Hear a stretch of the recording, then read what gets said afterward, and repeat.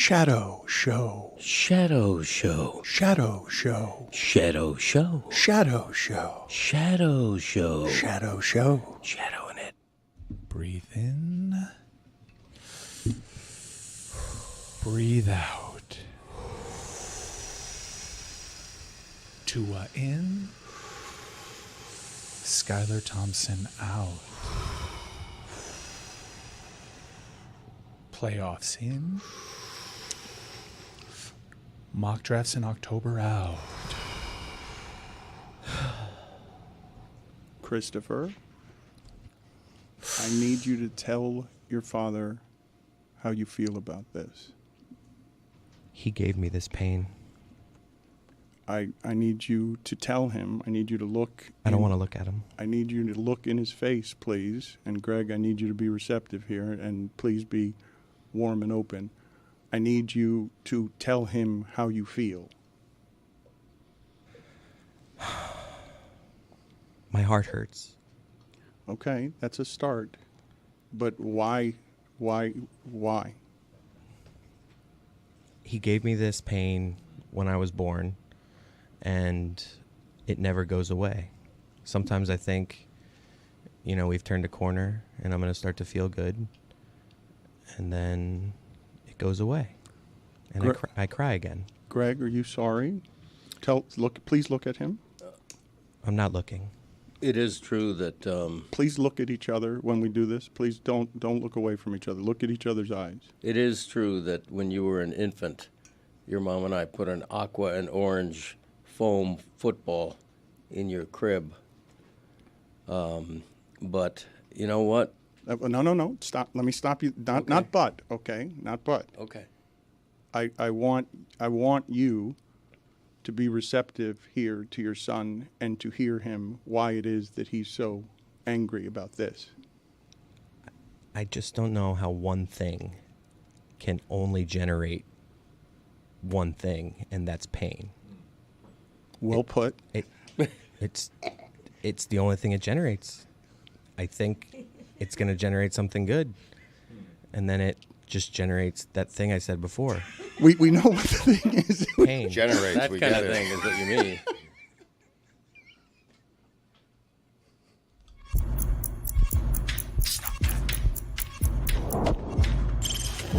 Stop that. Stop that. Stop that. I hear him chat from the noise, move too quick, can't stop for the talking.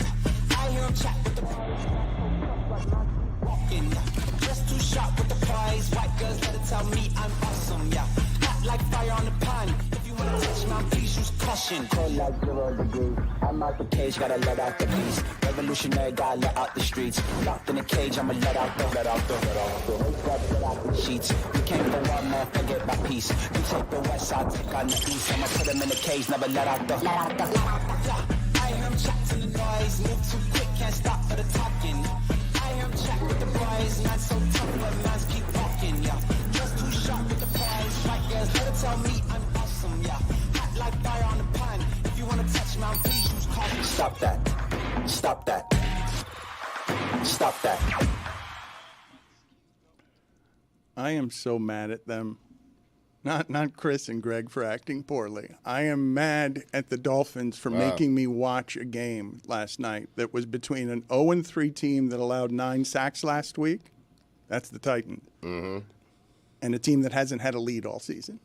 They forced me to watch a game. The Dolphins forced me to watch a game in which a 15-6 lead we all knew was insurmountable. As soon as Tennessee got to 15-6, we knew that game was over. And I'm guessing the rest of you, Billy, how mad are you? Chris, how mad are you? Cody, or how mad are you? Because now the flames rise on Mike McDaniel doesn't know anything. That got here quick. Like Mike McDaniel needed Tua, and nothing works in Genius unless you've got Tua. And so everybody, because the hope was so high, because we dared to hope for the first time in 25 years just because they gave us offense, and now it's Tyreek Hill for 2 catches for 3 yards in the first half. I mean, but it's deeper than that too, right? Because, yeah, sure, they lost Christian Wilkins because they couldn't pay everyone, but the defense was supposed to be okay, right? And then Mason Rudolph comes in and carves you up. Mason Rudolph does. Like, what's going on with this team right now? I don't feel good about the way I looked at Mason Rudolph last night. Like, when he came in and moved down the field for a couple field goals, I was like, look at this guy. You were jealous. He looks good. Yeah. I was attracted to Mason Rudolph last night. Of course. I at the same time that was happening to you, I was taking inventory of my entire life because I'm on the couch and I actually hear the words come from my television. Mason Rudolph, if I'm Callahan, wait a minute, what do we have here? Well, what you have there is Mason Rudolph. Yeah. And a league that kills all its quarterbacks, so the backups are all playing by week 4. But he's a good backup. I mean, you want But to he's not. No, He's not a good backup. He's a good backup in comparison to who the people that have been backing up for the Dolphins for whatever reason. Well, that's what I was saying, Billy. In comparison to what the Dolphins have, he is a good backup. You would love to have him right now. I don't know that he'd look any better. I really don't know that he'd look any better. No, they didn't win because of Mason Rudolph. They won because the Dolphins were being the Dolphins. I was an eyewitness, an unwilling eyewitness at that game last night, and it was one of the most dreadful performances I've ever seen. A quarter into the season, You deserved it. I mean, an eyewitness like you witnessed a It's crime. his job. I did witness a crime. He did, yeah. Look, It was. a quarter of the way into this Dolphins season, the MVP is 38-year-old Calais Campbell. That's how bad things are going for the Dolphins. Tyreek Hill is not being allowed to be Tyreek Hill. They don't have a quarterback who can throw. And the problem is, which I alluded to in my column, is that they've been terrible on offense for 8 games now, dating back to last season. Tua's played in 5.5 of those 8 games. The offensive drop-off precedes this season, and it's really disturbing. And as you say, Mike McDaniel, the heat is on him all of a sudden, fairly or not, and he's got to find answers because you can't keep using the quarterback as an excuse. Okay, we've seen backup quarterbacks come in and do very well. It wasn't just the quarterback last night. The punter before the half gives away 3 points. Waddle drops the ball. They couldn't block anybody. The Dolphins, think about this for a second. They played football so poorly last night that twice during that game, and one of these plays was positive, the Dolphins had the football between their knees, clutched together between their knees, how poorly they played, stumbling around all over the field. What's going on with Waddle? Is he not good? I thought he was good. I was pretty certain he was good, and then he doesn't look good for a very long time. Last night was kind of like, when you try like hell to open up a jar, and for whatever reason you just can't do it, and then you hand it to a friend, and it's the easiest thing in the world to them. It pops right off, and you're wondering, like, I must have loosened that up for you. That was kind of like watching Titans-Dolphins at the same time that Seahawks-Lions was going on. They should not have had those games going on at the same time. Greg, you're there. Is it fair to question the effort of the Dolphins? Because it seems like they don't care. Oh, That's what it always looks like when you're failing, though. Yeah, I wouldn't question the effort. I would question the execution. I would question the mindset in the sense that this team has had about 10 illegal formation penalties in the last 3 games. Just that one penalty, which is pretty inexcusable. It means you're not getting set quick enough. They had it on back-to-back plays yesterday when they were driving. They had 3 in one series. I mean, it's just sloppy, and that's, to me, that gets back to that's coaching. When you keep having dumb penalties and you keep repeating them. And McDaniel said after the game that things will happen, that there's going to be changes because there have to be. But what does that mean? I don't know what that means. That means changes are coming, Dan. No, but Yeah. they already changed from one Buckle quarterback up. to the other. Right. I have 3 totally independent observations. Number one, I think it's pretty clear and obvious, and it was a little confusing when it happened. They should have never cut Mike White. It's just, you brought in Mike White as an insurance policy for Tua. You got cocky because you had one relatively healthy Tua season, and he would have been a massive upgrade over what they have right now. Arguable. Number 2, fair enough. Number 2, this is an offense that was running off of pristine timing, and they're having pre-snap penalties, and their timing looks off. Number 3, their timing looks off because they were getting blown up at the point of attack. They look so small yesterday. They look so small. They are getting physically dominated in a physical sport. They look not tough at all. They are the definition, the personification of a finesse team right now. It sounds like an exaggeration, but it reminded me when I was in college and FIU went up to play against UF. And you're like, these are just 2 completely different sized teams. Like, they weren't, and these are the Titans. Like the Titans looked so much bigger than the Dolphins. yesterday. Titans by definition should appear bigger than than Dolphins. In the Dolphins' defense, everyone. everyone looks Yeah. small next to Not bigger than Tavondre Giants. Sweat. The Giants, right? This Sweat guy for the Titans is one of the biggest human beings I've ever seen. Again, we're going to do this after seeing the 0-3 Titans of Mason Rudolph drag the Dolphins. We're going to do. What are we supposed to do? They're so Jason big. Sanders is back on track. Who cares? He shouldn't be on the team. No, I'm not. I'm not saying Odd that. day for it. He's their entire offense. He's their MVP this year. I'm not saying that you have to be positive. I'm saying lamenting that an offensive line that run blocked well, but an offensive line for the Titans that allowed 9 sacks last week, allowed plenty of pressure last night. They're an 0-3 team for a reason. The criticism I'm stopping on is Billy saying they don't care. They don't care that they're I said they look like they don't care. It did seem like they checked out towards the end of that game. Like they think- were just frustrated. Tariq Hill is yelling behind Mike McDaniel. I would understand if you're getting beaten by Mason Rudolph and Tony Pollard. All of us are noticing at the same time, sort of like, wow, Tony Pollard still runs really hard. Yeah.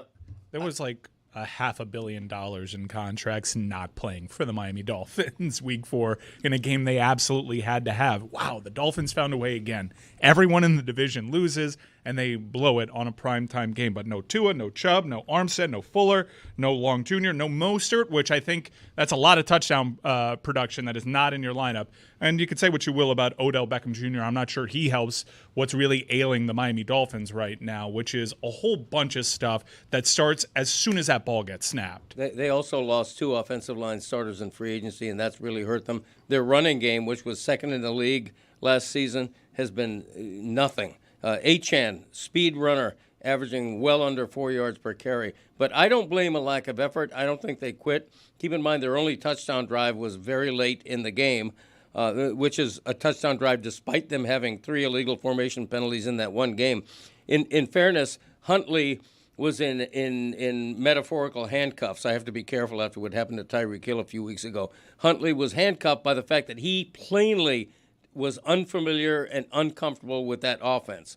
And for that reason, unless he learns it quick in a short week, I wouldn't be surprised if they go back to Skylar Thompson at New England if his ribs I don't want to do this because maybe they win. They're reeling, Dan. Well, it's not just that they're reeling. It's Mike Ryan keeps doing the right now, right? He keeps saying this is how they look right now.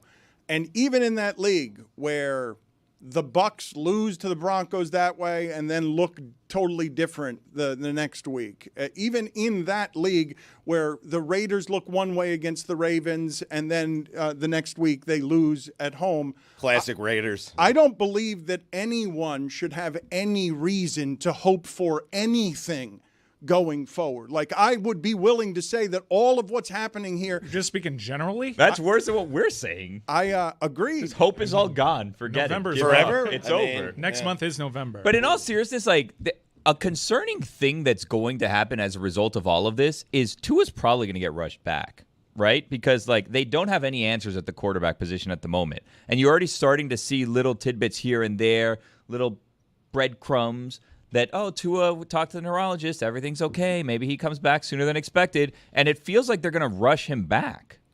One thing I heard this morning from the other room as Dolphin fans are panicking, trade Tyreek. Max value, just reset. Back to Kansas City.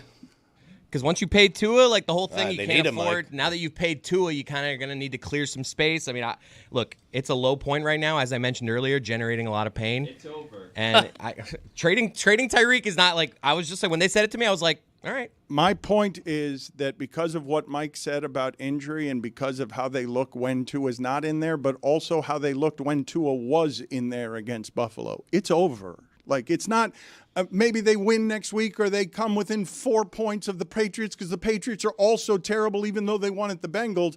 But without Tua, what I witnessed last night at home, losing to that team with its backup quarterback, cannot win football games in this league under any circumstances. Changes, schemes, trying harder. There are no circumstances. And I don't think Tua in there is one of the circumstances because that offensive line isn't going to be able to hold up for him as you saw against Buffalo. Billy just said they checked out, they gave up, whatever you want to call it. You're saying it's over. Like, you're going straight to sex here, You man. hit him with that. Everything is over. They're going to Right. New England. Like, watch them put up 30 this week. Penicillin. I am saying that everything is over without assassinating the character of violent men who play that sport for a living by calling them quitters who don't care. That's the objection I You had said to they're what terrible at their jobs. Which one's worse? No, they're lost. Right. They lost and they're injured. They've got a bunch of contracts that are out. Yours is worse. I think they're capable. I think that they are just in a headspace right now where it's like, they're not we're capable. not going to win. How are they capable, Billy? Because they're capable when they have a different quarterback in there. They're capable when they're Billy, healthy. the last time we saw that quarterback in there, he's trying to kill himself to get them 10 points. Like, what are you talking about? At the top of the division, there are the Bills, and then there is a team that cannot play with the Bills, as we've seen through the last 3 games. Yeah, but you can't say the offense isn't better without Tua. Like, when Tua's there, it's one of the best offensive teams in the NFL. but It's not- off when he's on. Tyreek also Not for the last 8 games. Right. Not like, please don't ignore that the last 8 games, they've been bad. As soon as Armstead gets hurt, everything goes to shit. All right, but a big lot of sample teams size. and a lot of quarterbacks would have been bad in 40 below weather in Kansas City. I mean, they would have been. I understand what you're saying, but it's a better offense with Tua. Tyreek also Yeah, very of clearly course. had knee surgery that he told us about on a cop cam and that they're pretending was not knee surgery. That was just a quote-unquote procedure, and he hasn't looked the same since said unreported knee surgery. The Dolphins have a macro problem with the quarterback situation, and that is Tua's career ends with his next concussion. Okay, I think that's a pretty safe bet. And so even when he comes back, whether it's in 2 games or 4 games, at least 2, he's not a safe quarterback. You know, he's one play away from probably ending his career. So how long do you have Tua when he's back? How much longer does he stay healthy? That's a huge issue shadowing the team. As we're searching for blame here, I've just been handed a note from the other room. I'm just going to read it here. The Dolphins have lost their franchise quarterback, have 1 touchdown in 12 quarters, and are 0-3 since Dan put on that Dolphins hat. Wow. So, I don't know what we want to do with that. Wow. Lucy believes in that sort of stuff. Lucy believes in jinxes and hauntings and superstitions. Yeah, I feel like we all have to do it. But my thing with you guys is, like, you're just straight up haunted forever. So I don't necessarily know if it's anything you did. I just don't understand. Like, shouldn't you guys be used to this by now? No offense. What I said about the generating pain thing. Well, this is the thing that's happening right now that is so interesting about what I've seen on social media, which is a fan base that is absolutely turned on its coach. That wouldn't have happened if he hadn't inflated hope by getting all of that offense. And the Dolphin fan dared to hope that this was different than it would be the last 25 years. And what I'm telling you is that what I witnessed last night from that football team cannot win a game in this league. That performance cannot win a game against. When you lose to that Titans team that way with its backup quarterback, that guy, Mason Rudolph's not any good when he plays, and he hasn't had any reason to play.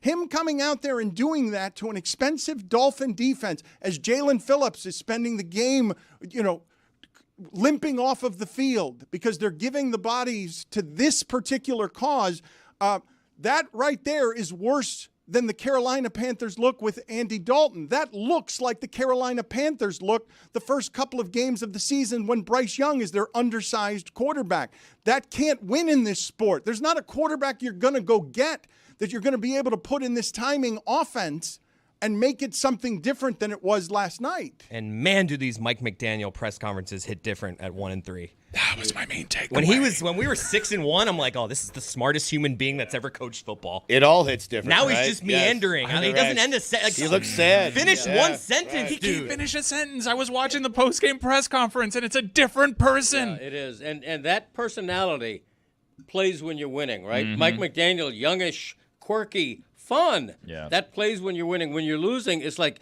come on, nerd, figure something out. Yeah, get a haircut, buddy. Right. Every other coach seems to be doing all right with these backups. Joe Flacco's winning in Indy. That's fair. Yeah, Matt that's an LaFleur upgrade. is winning with Willis. You That's a can't fair be point. one of these offensive guys and call yourself a quarterback whisperer when Shanahan's doing it with Jimmy G and then he's doing it with Brock Purdy and Tomlin's doing it with Fields and Russell Wilson. Yep. You can't do it. If your offense is good, your offense is good. regardless of the quarterback. His offense is only good with one quarterback, apparently. Yeah, but not for the last 5.5 games. I got it. Yeah. Makes you wonder if he had a cheat sheet this whole time. Wasn't actually a genius. If you heard him on South Beach sessions, his lack of focus was obvious. He can meander a great deal, and I can't imagine what it feels like at this moment to be him when you're looking at the field and you don't have any answers. Like, you've been told for a while now here over the last 2 years that even if your team loses, you've been told by everybody involved because you're offensive identity guy, oh, well, you're good at your job. We know you're good at your job. We didn't believe Tua was that good, and he led the league in passing. Now you're staring at the field, and you're like, am I good at this job? Because I have no answers. There's nothing on a play sheet. There's nothing in preparation. I have no answers for Mason Rudolph. I have no answer for the 0-3 Titans. Like, that will crush anyone's confidence. Seriously, it takes 2 games in that sport. Now you get out in front of people. When he did the halftime interview, I was listening to him wondering, how do you even talk right now when they ask you about Huntley? Like, what fake words do you have to go find so you don't insult what Huntley is doing out there? Like, how do you stand in front of people and figure out what the lies are going to be so you can just say focus and other stuff and not talk about, well, Huntley's my quarterback. That's my problem. It's not that difficult, then. How just would it, standing up, how would you have staring done into it? a camera? How and would just you have done lying, it? right? How would you have done it? Let's make it you. It's a weird messenger for this. Let's do a little fake interview. Coach, Stugotz on how go. easy it is to speak. I'm Coach McDaniel. we're here with Coach McDaniel. Coach, how are you going to handle a rough first half? How are you going to bounce back in the second half with Huntley? You know what? It's on me. I got to put him in better positions to succeed. It's not on the quarterback. It's on the coaching. We'll get better. We'll be better in the second half. I have to make adjustments. Okay. All right. Now the second half comes and goes, and everything that you said at halftime was bullshit. Clear to everybody. In fact, that's the follow-up. In the postgame, now the question is, Coach, everything you said at halftime was bullshit. Can you tell us how Huntley played? More reps, more practice reps, more reps with the first team. Perhaps I'll look at an upgrade at quarterback. Probably not, Whoa, though. you just lost the locker room. You just lost him. But this all starts with me. They're It is lost. on me. You I didn't did know not- it started with the quarterback. Look at him. He was so comfortable and confident with his lying that he's like, I got this. And now all of a sudden Huntley is insulted. He threw the team under the bus and then says, it Listen, starts with me. This is what you do. It Lying starts, needs to come naturally. I can't force it. I mean, come on. what you do is this starts with me. It was all Tyler Huntley's fault, and I was the one that brought him in. And that was my mistake, bringing him in and putting him in charge because he was a disaster. He wasn't ready to play. I don't think They he was didn't actually trust a him to disaster. pass. He was the least didn't of our know problems. The offense. He had 2 pass attempts in the middle of the second quarter in a game they're trailing. 2 pass attempts with those receivers. It's absolutely ridiculous. Tyreek Hill was screaming at McDaniel on the sideline, and part of that is the foundation of this offense is motion, pre-snap motion. And almost every time they do it now, they are penalized. They're sabotaging themselves with illegal motion penalties. It's ridiculous. Lucy, I see in your face something that I have seen in Jessica's haunted face for a while now, being around us when we do Maximum Local Hour. You're looking at us wondering how it is that any of this can be surprising to us when we've lived it for 25 years. Yeah, I mean, like, go to therapy. Get over it. This is. We tried that. Look, I don't mean to Generating. be disrespectful, but like, this has happened to you your entire life. I feel like if you haven't developed the coping skills by now, you just might not get them. Yeah. But it's the hope that kills you. Like Well, shouldn't you know that by now? But they weren't. Well, they actually haven't had much hope over the last 20 years. So they forgot what it was like to work yourself up into thinking that this team had a chance, which, based off of last year and how easily offense came to them, seemingly, and the fact that they locked in their quarterback long term and they have what the NFL players themselves deemed as the best player in the league, there was a lot of reason for hope. So they had a nice little groove there for like 7 years where nothing can break them. They developed a hard callus, but it's that hope that ended up killing them. Look, when a man says he's changed, I can tell you right now, he hasn't. And that's the Dolphins. They have not changed. You're welcome for the advice. I'm telling you, after Mason Rudolph's first drive, Yeah. he got to the bench and he kind of whipped his hair back and wiped off his head, and Yep. I started sweating. Will Levis may have lost that job yesterday. Crazy, but he might have. I was happy for Tyler Huntley coming into the game. They did the whole story. His hometown team is so close to home. This is so great, a homecoming for him. And we did the same thing with Teddy Bridgewater like 2 years ago. And we keep having like these homecomings with like, yes, like finally this is like a dream come true. Like, and I'm happy for them it's a dream come true. This could have been a homecoming for Lamar Jackson. He was out there. You could have drafted him 30th overall. You could have got him like 2 years ago. Yeah. But instead, no. Didn't do that. Didn't want the MVP of the league. Again, I am going to say to you guys again, because I don't think it really landed. I'm watching a football game last night, and in the other football game, the Lions are going 19 for 19. It's the first team ever to be perfect passing the ball on offense. It wasn't even Goff who was 19 for 19. He was 18 for 18 and caught the other pass. Yep. And that is Man Campbell over there. Like, we've seen a generation or an era of... That's a coach. I know, we had If that. you get that guy in your building, you don't let him go. Okay. Oh, wait. Yeah, there's that. But you guys are still not absorbing that I'm watching an NFL game last night. It's week 4. And I'm thinking to myself, Fowler and Reddick and Orlovsky, they're jealous of that other game. Like, they're getting mad at halftime of the shit that they're watching and where their careers have arrived. I think they knew. Like, I think as soon as you saw that Buck was at the other game, like, you knew what you were in They for. knew in advance they Of had the bad game. course. Yes. They were told. Yes. What a dog matchup. They know they have the bad game from among the two. I don't think that any of them came into the games thinking to themselves the way that Louis Riddick said during the broadcast, Mason Rudolph, if I'm Callahan, I'm saying, wait a minute, what do we have here? Like, that's a thing that was said during a 6-3 game. And I'm like, he's completed 2 14-yard passes over the middle for field goals. And they're raving about it as if, like, that flowers are blooming all over the field. I know what Mason Rudolph is. You don't have to tell me what do we have here. I know what we have here. know. Someone who for the rest of his career is going to be a backup. He was 9 of 17 for 85 yards, but great hair. I mean, Chris Fowler said it best with, we won't be sending this game tape to Canton.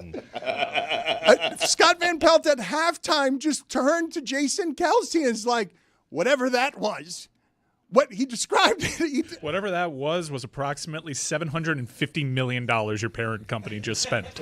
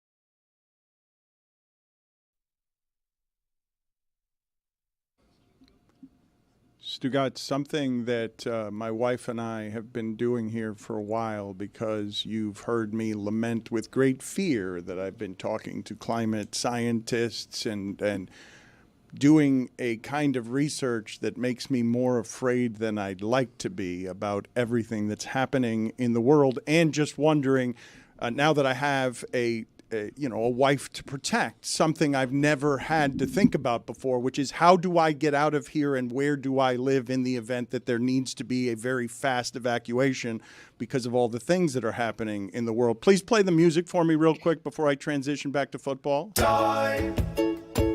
We're all gonna die. We're all gonna die. We're all gonna die. A dolphin humped my father, and we're all wondering why. Let's turn on the news and find out how we're gonna die. Die.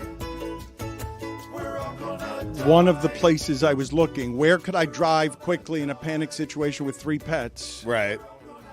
I was looking in Asheville, North Carolina. It's one of the places Little safe house? that I was looking. But Yeah. I don't know if you know what's happening in Asheville right now, but there are 33 people at least dead, and they're finding bodies in trees. And I don't know how horrifying that is happening, whether people are in trees panicked for their lives and dying up there, or if they're dying elsewhere and then floating into trees. That's about 2-ish hours from where I'm from. Boone was also hit really hard, which was about an hour away. I think what people are like failing to realize is when a hurricane like this hits Florida, there's an evacuation notice, and like there was one where they were like mandatory evacuation. I'm in the same sort of like news area, and there was nothing that was like, you need to get out. Like, we knew it was going to be a bad storm, but absolutely nothing that made anyone believe they needed to leave, they would be trapped there.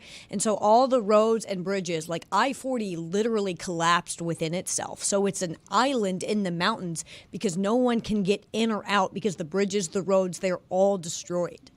I don't think that if it doesn't hit close to home for you that people sort of understand what is happening all over the world on this front, Stugotz, because if anything like this were to happen to many of us, it would be the worst thing that had ever happened to any of us. I'm just talking about walking out of your house and seeing a body in a tree when no one warned you that there, because the new normal is that the forecasters don't actually know how to tell you what's going to flood and how. Yeah, everybody's so grateful that a storm like this, a hurricane like this, doesn't hit them, but they're grateful at the expense of someone else. I've been to Asheville on vacation, a beautiful little artsy town, and to imagine it devastated like this is really numbing. With no warning, though, is like the thing about hurricanes that has always felt at least mildly safe down here is that there's warning. People will tell you that something's coming and you can get away. But I find myself saying, like, think about the absurdity of that, Stugotz. I'm talking to my wife last year about where do we go? Where's the correct way to go that we can drive if you can get out of Miami with warning so that you have a place to live? And we read about stuff, and North Carolina was supposed to be one of the places that was at least a little bit safer. It's Maine. There's some places in Colorado, but there aren't many places that are supposed to be safe, and it tells me that there aren't any places that are safe. Billy, why are you making faces? I mean, football. The Dolphins still have me. Little doom and gloom. Yeah, I mean, right. there's more places than just Colorado and Maine. Mm-hmm. There's 50 states. I don't think I got a room for you. I think safety's an illusion. I think we're at a place where safety's an illusion. And I said the Dolphins gave up on the team yesterday, and I was the gloomer. Okay. Do you go to safeplaces.com? I think that's what we were really struggling with, how you came up with this select group of places. Diana, where's your safe house? He researched. I mean, he talked to scientists. What are you guys talking about? Asheville, not driving distance from here. That's what, like a 14, 16 Yeah, hour it's not drive? close. Yeah, Orlando's supposed to be the one of roads the are safe empty. places. Yeah, I Orlando's would hit up Orlando on it's on the way.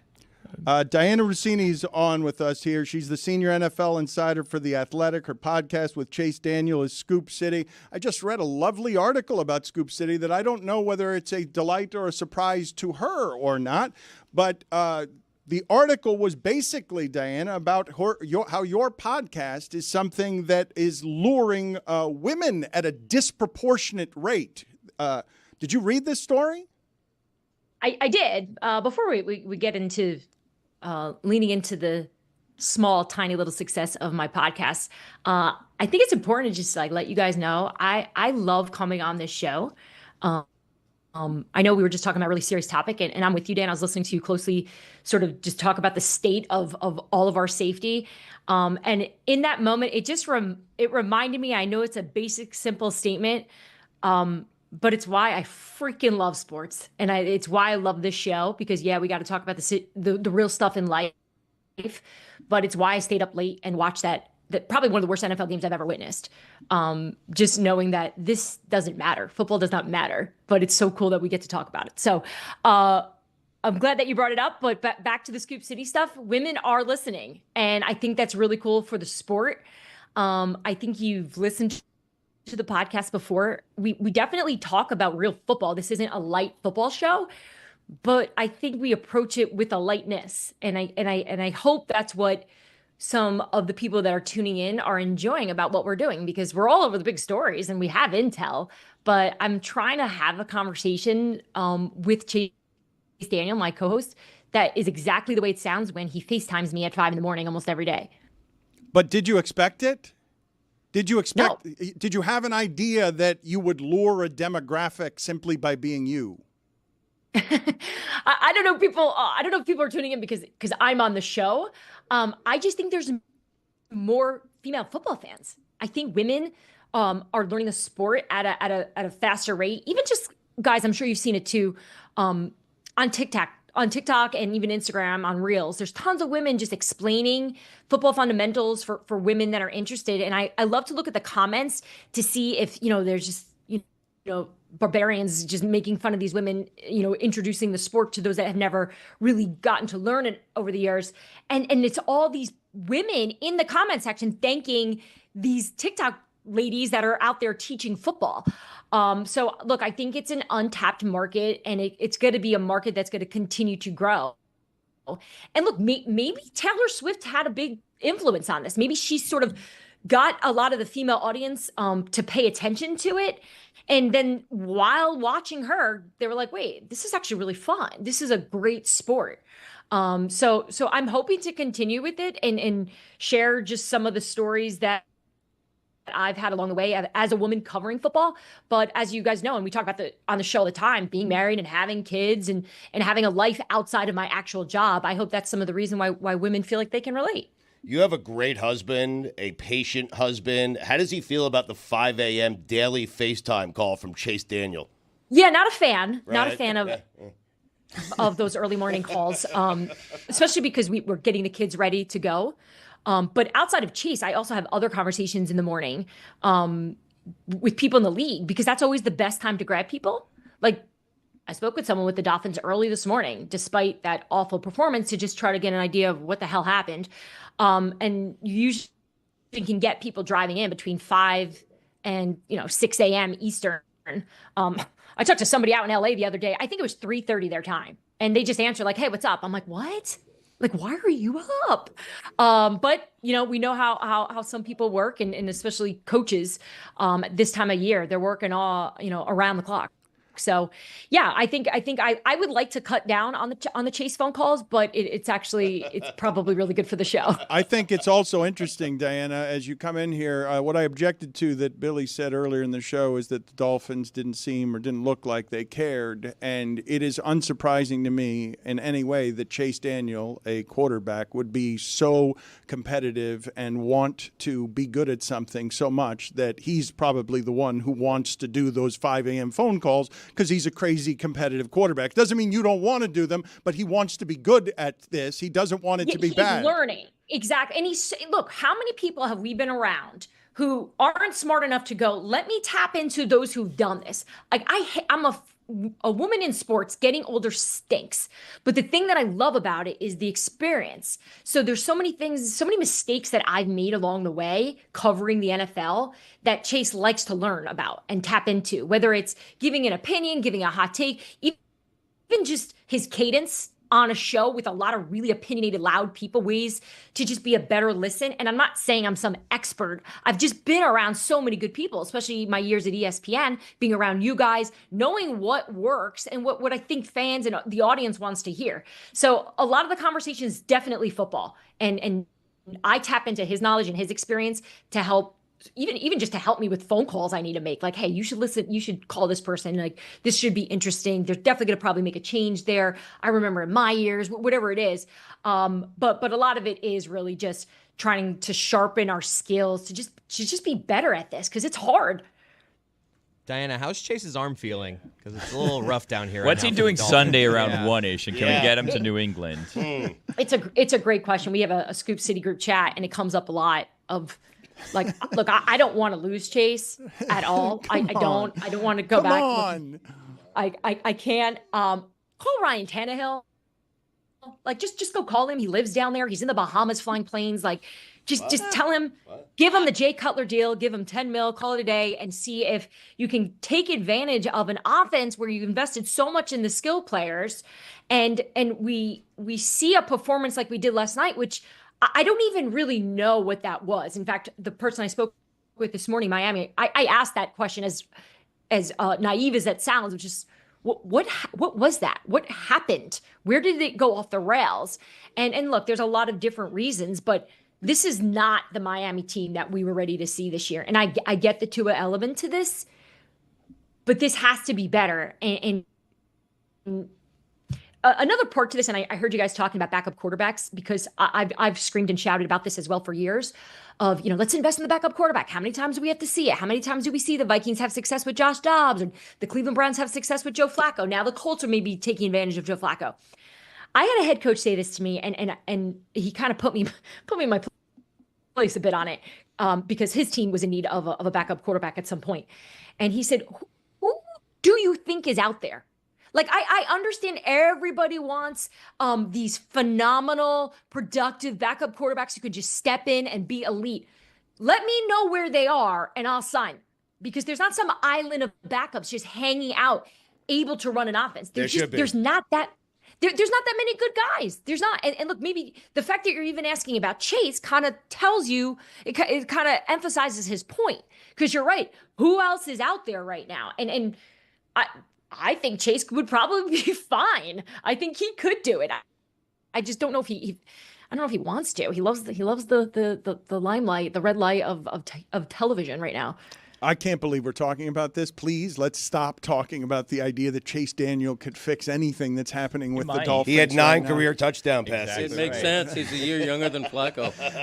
Thank you. I need to stop talking about this. This is full blooming insanity, what is happening around here after watching those 4 quarters of football. Yeah, and it was bad on the Miami side. It was horrendous on the Tennessee side. I mean, you look at that Tennessee roster, and it on paper, Tennessee versus Miami, like I kind of thought Tennessee would come out of there with the win. Not the way it looked, though. When you see Will Levis go down, I was waiting for a Dolphins player to pick him up, because they wanted to face Will Levis. They didn't want to see Mason Rudolph, because Mason Rudolph has proved he's able to step in. Will Levis obviously is not the answer for the Tennessee Titans, despite the fact that their head coach said that they're going to stick with him. We'll see if they stick with that. But the fact that there is no answer right now, and I don't know, I wonder about Tua. I wonder if seeing his team is desperate in need. No, don't throw him back out there. No. Is he going to push himself? No. Because he knows that he's the stir that's the straw that stirs the drink. Stirs the drink. Yeah, you got it. Got it, found it. What is going on with Sirianni and Jalen Hurts? Are they going to work this out, or? Look, we everyone up to this point knows what's been going on there in the offseason, and even after last year, as they fell off that cliff, losing those 10 games. They worked on that relationship in the offseason. That was something that was a priority of just finding ways to connect. They're two very different people. And Kellen Moore has been, from what I was told, a little bit of a gift, because he has a really good way of connecting with Jalen, and he's in charge of this offense. But it just feels like the things that are important that a CEO should be doing, which is what Nick Sirianni is now, right? they had an option last year to move on from him. Howie Roseman decided to stick with him. Ownership decided to stick with him in hopes that he can oversee it because he's built some good things. Nick Sirianni is not a bad coach. It's just right now, this team looks like they're operating the way we all did during COVID. It was like, it's almost like they're all on remote. And they're not unified. And I think that's really where you're seeing the problems. They play their butts off in New Orleans, and they're not even able to use that as a way to find some momentum here. And they show up against Baker Mayfield and the Bucs, and they look like they had nothing, as if they hadn't played. I had a coach the other day text me. He's like, I'm going through a lot of this film this week. And this looks like the preseason. September looked like preseason football for a lot of teams. When we get away from the gloom and look at the good stuff, what's better in the league right now than Jaden Daniels' instant impact and that incredible, so far, Washington offense? This summer, Cliff Kingsbury came on Scoop City, and I asked one of those throwaway questions, and I know you guys have done them a million times, where you ask it because you just feel like you need to ask it. And I appreciated his answer. My question was, hey, you're not a head coach anymore. You're a play caller now. Like, what's that like for you? He's like, I love it. I don't want to do all of that. And so I do think that's been really important for Cliff's journey here is he can just focus on the offense. And we're seeing pretty extreme results with a super talented quarterback that a lot of people are now coming out of the woodwork saying, oh, we had him ranked number 1 overall. And I know we've talked about it on the show before that I've had conversations in the offseason right before the draft where I did find people that had Jaden ahead of Caleb. It doesn't mean that they're both, that one's better than the other. Right now, one is better than the other. But I still have tons of confidence in Caleb. But in terms of Cliff, the fact that he's found the perfect match, and we're seeing aspects of what he did with Kyler Murray in this offense, and we're seeing them just do the simple things, guys, which is give the player stuff they're good at, right? Whew, not that hard. But it is, because we've seen so many organizations try to force a type of offense and a structure to a player when Washington's going, okay, this guy can process information at a ridiculously high level, and he's comfortable doing this, this, and this. Let's pull it from LSU. Let's mix it with some of the stuff Cliff can do well. And voila, look at what we have. We have the greatest story in Washington since Robert Griffin III's rookie year. Diana, the Chiefs have lost Hollywood Brown, Rashee Rice, even though there's some ambiguity surrounding the knee injury, though it looks bad. Pacheco's out. That's a lot of explosive players that they're missing. What are their options via free agency and trade? Because I don't know too much about their cap situation. I know that they got some pretty big contracts on the books already. Yeah, so they're definitely having conversations about making some moves before the trade deadline. We'll see if they'll actually do it. We've seen the last 2 years they made moves, right? We saw Kadarius Toney 2 years ago. Last year, Mecole Hardman returned from the Jets back to Kansas City. So they've been, we'll call it aggressive, right? And they went to the Super Bowl both years with making those trades and giving Patrick some help. But, over the summer when Mahomes and I were just reflecting on the success they had last year, he kept pointing to the defense being the reason why they won last year. And he's obviously right. And yet here we are again where they're 4-0 and it's the defense.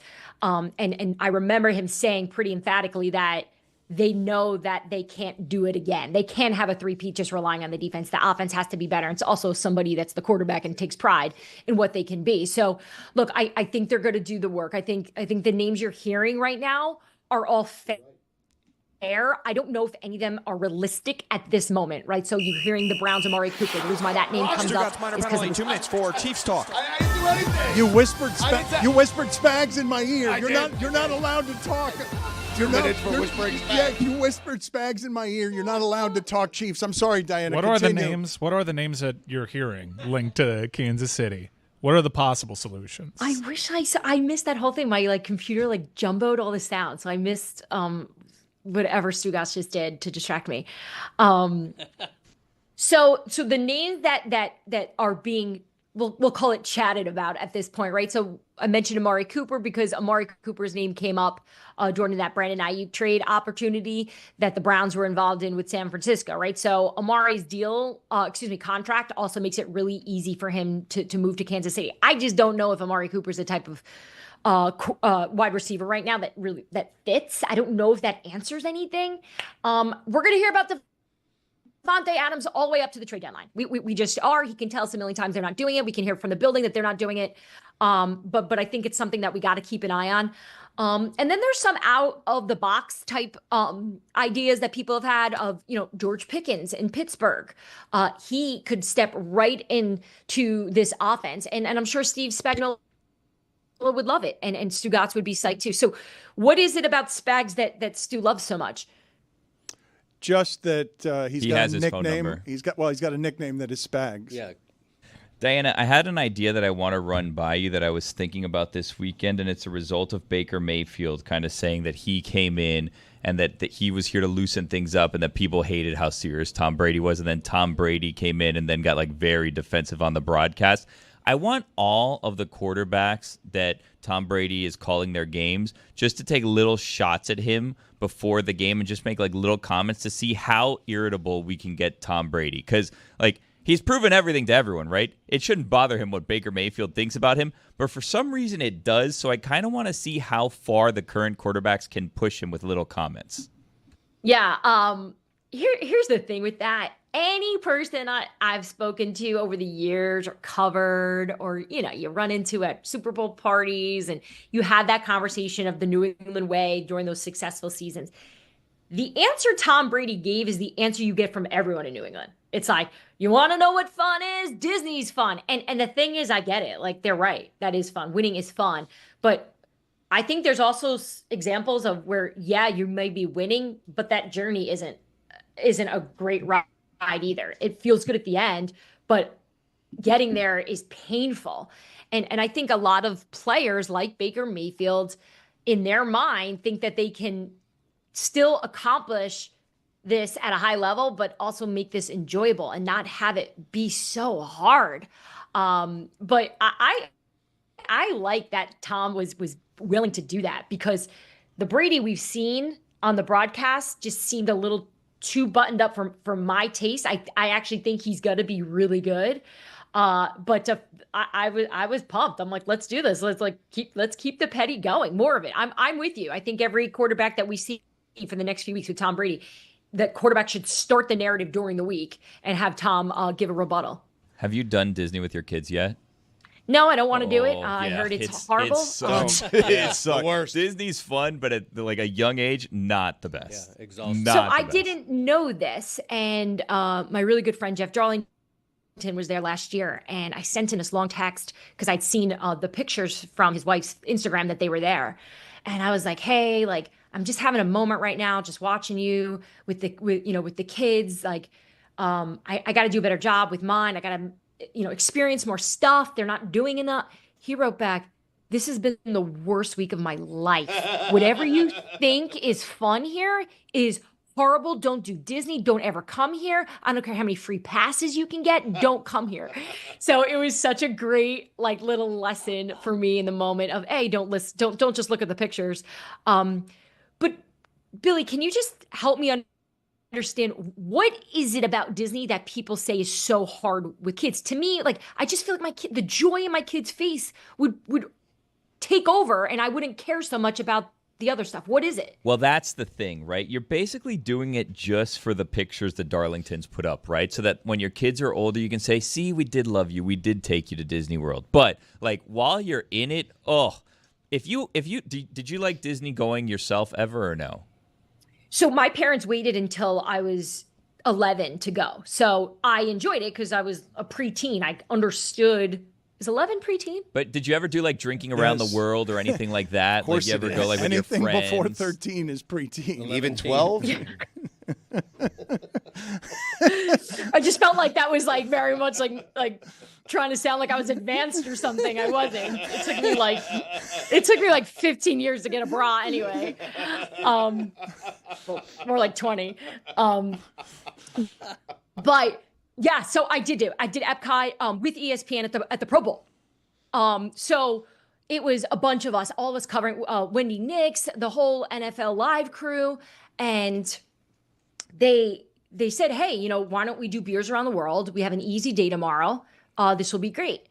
And I said, "Yeah, I obviously." So we're going to all the different countries, and after the second beer, I just start feeling off. And I'm like, maybe that German beer just didn't sit well with me.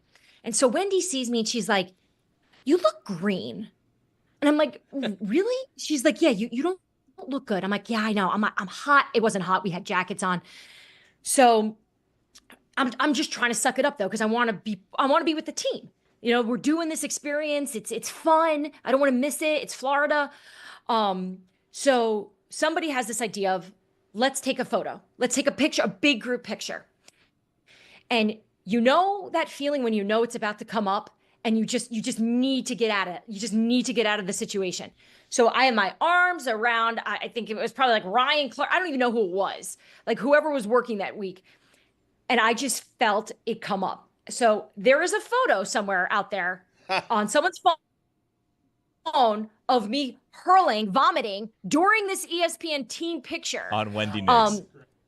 And here's the worst part about this. And this just goes to show you I FOMO really bad. I didn't want to go home.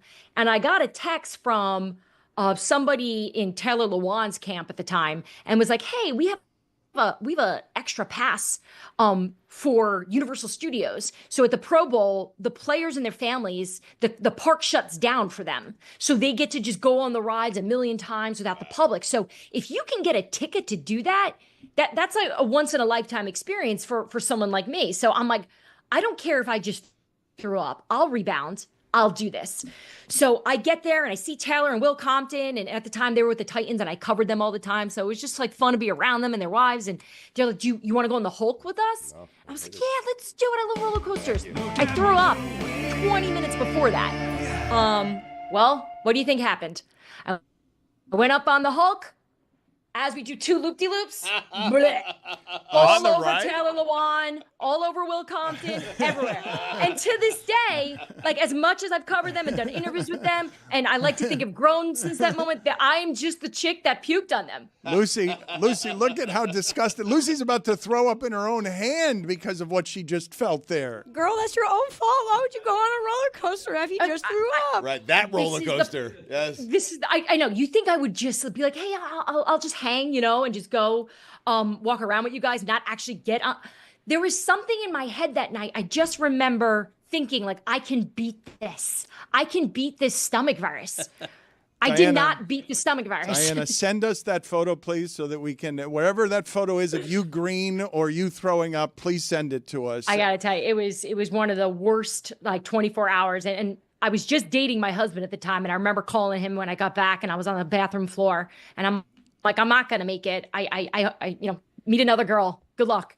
She's the senior NFL insider for The Athletic. Gets so close to the games that she throws up on the players. I think that's a good slogan for Scoop City. Thank you, Diana. Good seeing you. Thanks, guys. Love you.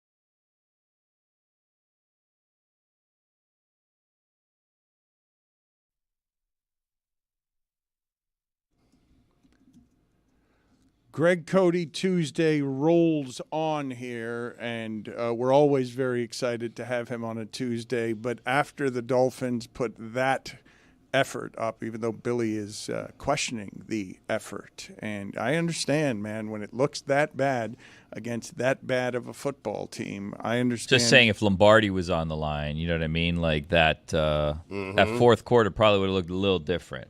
Yeah. They couldn't you do disagree anything. with that? They couldn't do anything against fourth down. Tony Pollard. Tony Pollard spent the whole game. They're a good. They are a good run block team. And the idea that you guys are saying this is quite the discovery to make, is it not, on Monday Night Television, where you guys are coming in and saying, "Man, they look small and finesse," and the announcers are saying they built this team all wrong. They built it from the outside in. You got to, in a violent physical sport, you got to build it from the inside out. You do understand that what we were watching last night, one of the reasons the anger is elevated is because what swept over the entire Dolphin fan base was, oh no, we've built it all wrong. Like, you understand that's what's happening, right? It's not just that it's, oh, they look terrible and they're 4 games in. It's, no, they built it all wrong. They need the savior to be the guy who's visiting the neurologist when you knew he'd be visiting the neurologist. Like, he's the most likely guy to be visiting the neurologist. And if you don't have him, oh my God, look at what Tyreek Hill looks like. Like, it's built all wrong. I don't believe that that's an overreaction to say that. No team can withstand injuries like this, okay? But for the last 2 seasons, their injuries have totally undone their seasons when Kansas City's injuries have not undone their seasons. Kansas City's got plenty of injuries and is still 4-0. They have a different quarterback, and they have Spags. 2 minutes? You're also not supposed to be made look incompetent by Mason Rudolph. That's correct. So sexy he looked last night. Well, look, building from the inside out is a lot tougher when you spend what they spent on Tyreek Hill and are saving enough money to lavish Tua with a huge contract. And that's why they couldn't re-sign Christian Wilkins, and that's why they couldn't re-sign 2 offensive starting linemen. You know, that fundamentally they lost 3 huge pieces from their offensive and defensive lines because they couldn't afford them. Talk me off of this, okay? Because I'm the one that's always saying, Stugotz, there's a hyperventilation and an overreaction to everything of the moment that happens in the NFL. But what I'm telling you is that what I'm watching last night, when you lose to that at home that way, every game in that league is close. When you lose that way to a terrible team and its backup quarterback, I come away with the seismic reaction of, this is flawed. Like, that couldn't win a playoff game when they had the window of, oh, they've got the quarterback cheap. When that couldn't win a playoff game, and it wasn't a piece away when they had value at quarterback, which is the best thing to have in the entire sport. Well, it's more than just Tua, and it's more than just Tyreek as well, right? They also paid Jalen Waddle, and Jalen Waddle hasn't really done much of anything this season. So it's paid Jalen Ramsey, too. It's how they spent the money that they spent. If the people that they've paid are not delivering, be it because of injury or be it because of just lack of production scheme, whatever you want to call it, the money's wasted at this point. 4 weeks of this gets everybody fired. Yeah, but I'm telling you right now, mark my words right now. Mark your calendars. Mark whatever you got to mark. Mm-hmm. Big bounce back this week in New England. I'm telling you, Dolphins are going to put up like 30 points. And why would that surprise anyone? Seriously, they're playing the Patriots. Like, you guys are giving up on the Dolphins. That's weird. They're 1-3 in a division where the leader is 3-1. The Jets are 2-2. The Patriots are an awful football team. Yeah. I'm not ready to give up on the Dolphins and Mike McDaniel yet. That's absurd. You could have said that last night about the Titans. 0-3. This is you have your backup quarterback, but you're playing the Titans. No, everybody knew they were going to lose that game yesterday.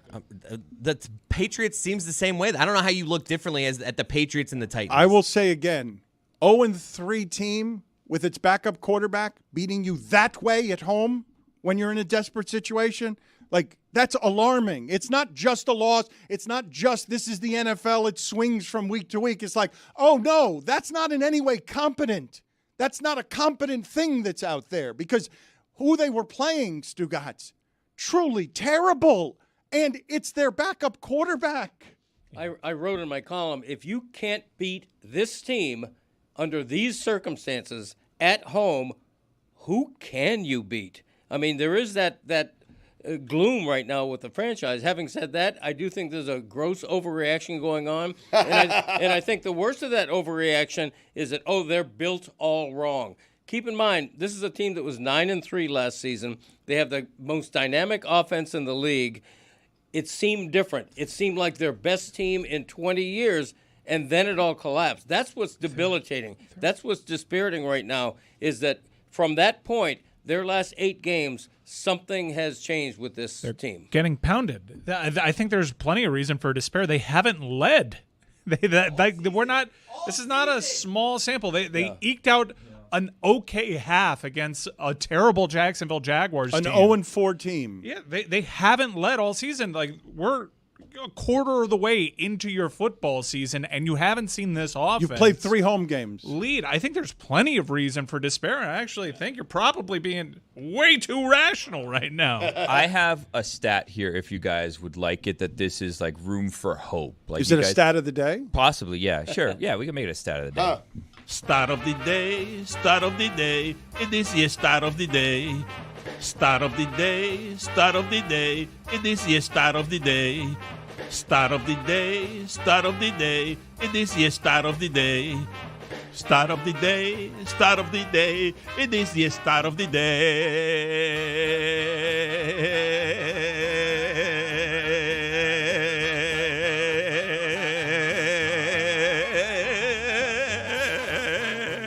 Today's stat of the day is brought to you by Venmo. All right, so everybody's freaking out about this situation, what's going to happen, doom and gloom, this and that, right?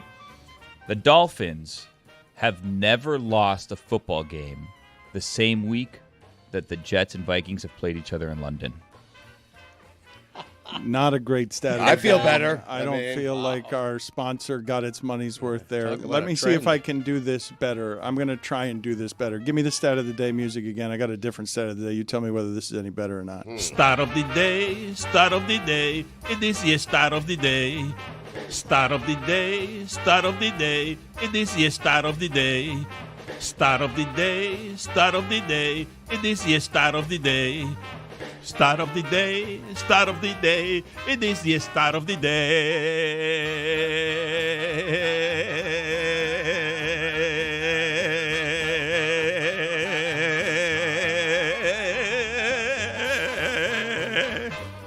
This stat of the day is brought to you by Venmo. Stugotz just said, as I was setting it up, I like Billy's better.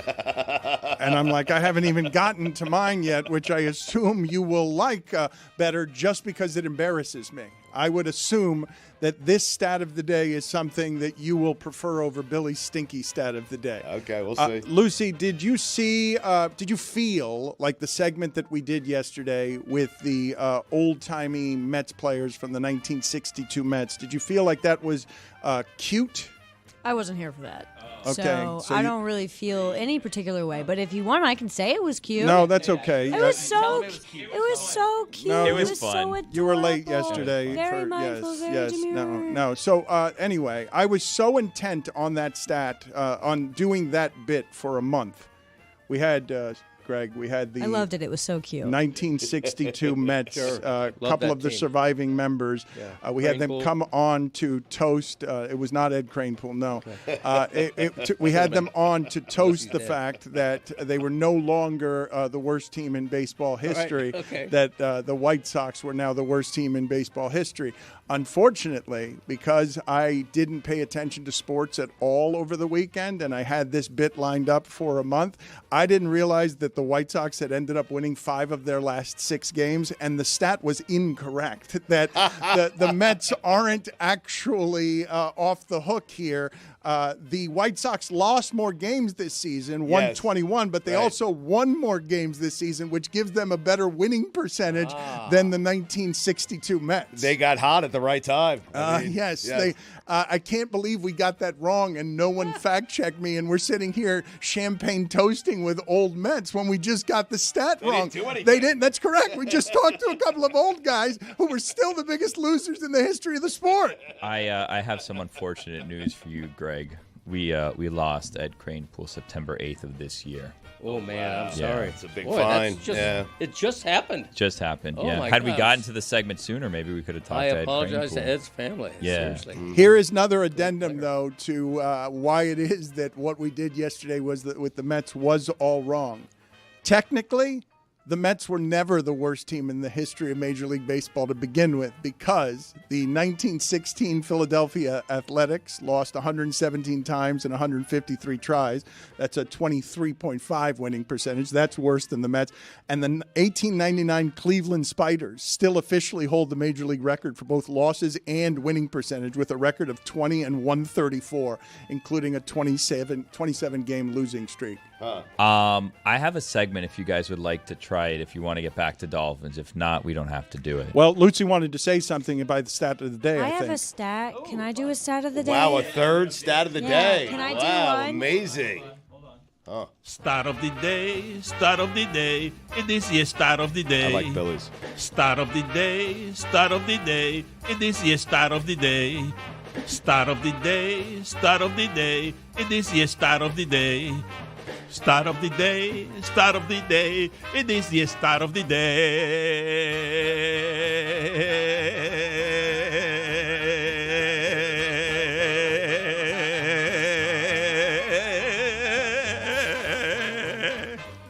This stat of the day is brought to you by Venmo.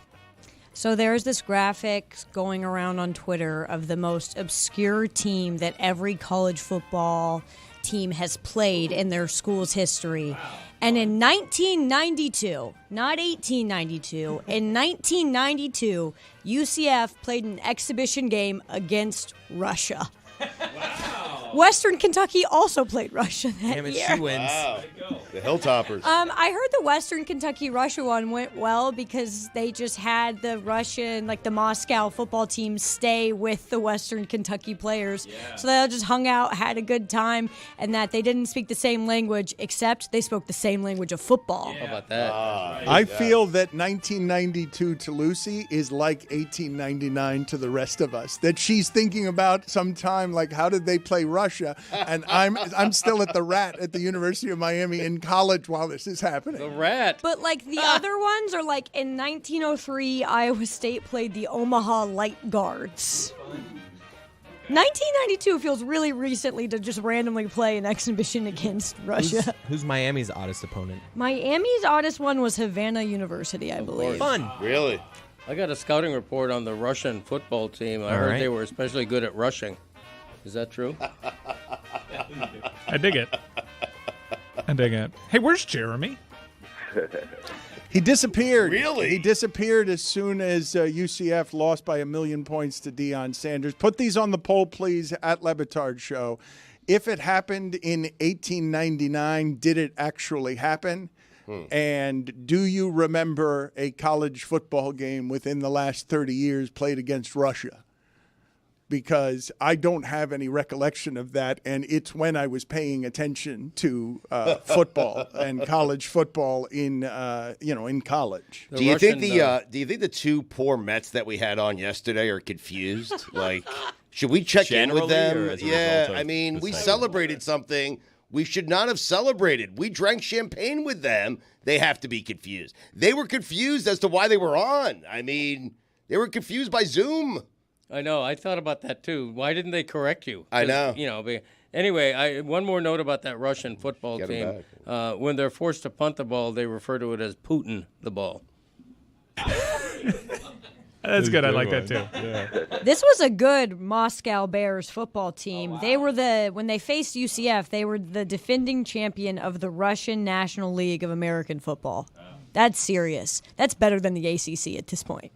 Mike Ryan, I could not tell when you were whispering there whether you were doing it in my ear or on air when you said that Stephen A. has found something. I was trying to alert you and just your eyes to First Take right now, as Stephen A. has found his angle coming off of last night's Monday Night Football game.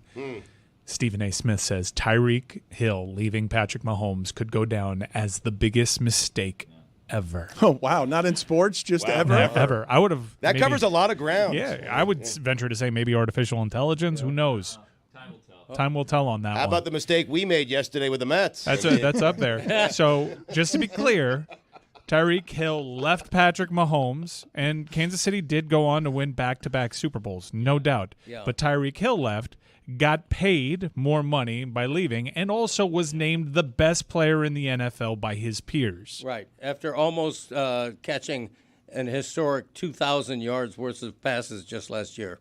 That leads us right up to the game that I said I wanted to play with you guys if you want to play it. It's a little game we like to call What If. Oh, yes. Well, I tell me which game you like better. I suspect like it'll What be If. Billy's, Stugotz. You tell me. It's Billy's. I also have a stat of the day if you want. In 1904, the banana split was invented. I'll hear you out in your game. Now, go ahead. I just would like to explore with the group some nominations for what is the biggest mistake ever. Like if we were to take, but we'll play What If instead if you guys want to play What If. But if he's saying it's the biggest mistake ever, I do think we can have some fun wondering about what would you nominate as a first ballot Hall of Famer consensus. People would agree, yep, that was the biggest mistake ever. Fully guaranteed contract for Deshaun Watson. Wow. It's a good one. Well, That's a good one. if you want to do sports and not sports, I think that game could even be more fun if it's biggest ever in sports. Because What's more important than sports? I mean, trading Babe Ruth is viewed as something that is among Miguel Cabrera. It can now be Ohtani, letting Ohtani go in free agency. But Billy, let's play What If you want to play What If. All right, so here's how What If works.